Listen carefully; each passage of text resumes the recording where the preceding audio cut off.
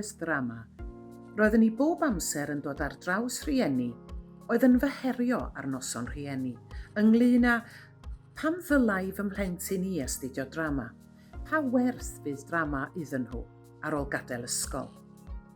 Lle mae dechrau egluro.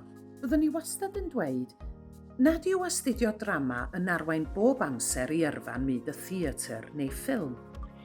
Perhaps in the 21st century, it's time to smash the myth that studying drama is a soft option, that you should only study the subject if you want to be an actor.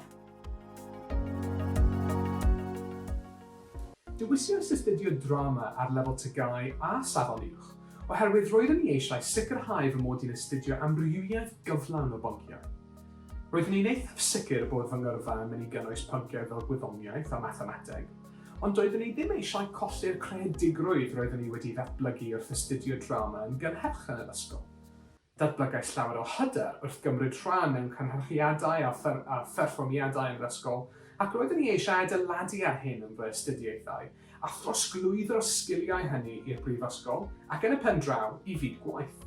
Fe nes i ddewis i astudio tygau drama oherwydd oeddwn ni'n caru'r theatr, o'n ni'n caru darllen plays, gwylio teledu, gwylio ffilmiau, a ni eisiau dysgu mwy am yr hanes, a'r theories gwahanol, a'r ochr fwy academig o'r pwnc.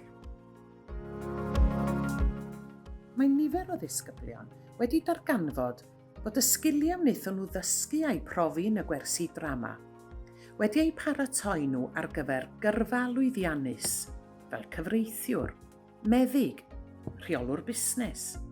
Mae pob un o'r gyrfaoedd hyn angen pobl sy'n gallu dangos sgiliau arwain, yn gyfathrebwyr da, yn gweithio'n dda fel aelod o dîm, yn hyderus, yn gallu meddwl dros ei hunain, ac yn greadigol.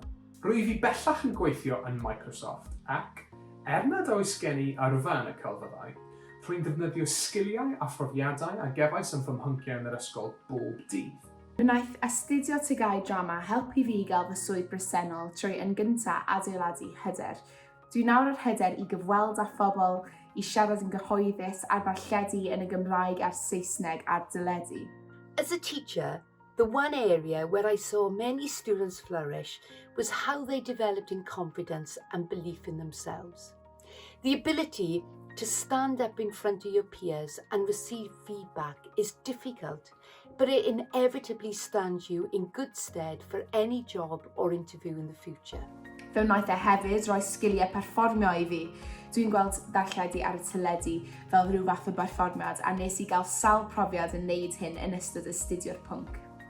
Yn rhan o fy rôl bob dydd, rwy'n cyflwyno ac yn siarad yn gyhoeddus. Yn aml, o flaen o cynulleidfaoedd mawr, yn cyflwyno negeseuon a hyder. Mae'n holl bwysig fy mod i'n gweithio fel rhan o dîm, yn gweithio o fewn llinellau amser, terfynau amser a chalydebau benodol. Yn aml, mae'n rhaid i mi ysgrifennu'n greadol a theilwr a negeseuon i gynulleidfaoedd gwahanol. Rwy'n sicr bod y sgiliau a ddatblygais wrth astudio tygau a safon uwch drama wedi fy helpu'n fawr iawn i gyflawni hyn. Thousands of students to recognise the skills the subject can offer are invaluable for any profession. Byddai unrhyw gyflogwr yn croesawu'r sgiliau personol a throsglwyddiadwy hyn, gyda breichiau agored. Y cyngor byswn ni'n rhoi i rywun oedd yn ystyried astudio tygau drama ydy yn gyntaf gwylio lot o ddrama. Os ydych chi'n mynd i'r theatr neu ar dyledu mewn ffilmiau, edrychwch ar be ydych chi'n mwynhau, pa actorion, pa fathau o ddrama. Os ydych chi'n adeiladu angerdd, bysach chi'n cael mwy o'r pwnc. Wel, does dim angen i chi freuddwydio am fod y seren nesaf o West End i astudio drama. Does dim llawer o yrfeoedd na fydd yn elwa ar sgiliau rydych chi'n ei dysgu wrth astudio drama.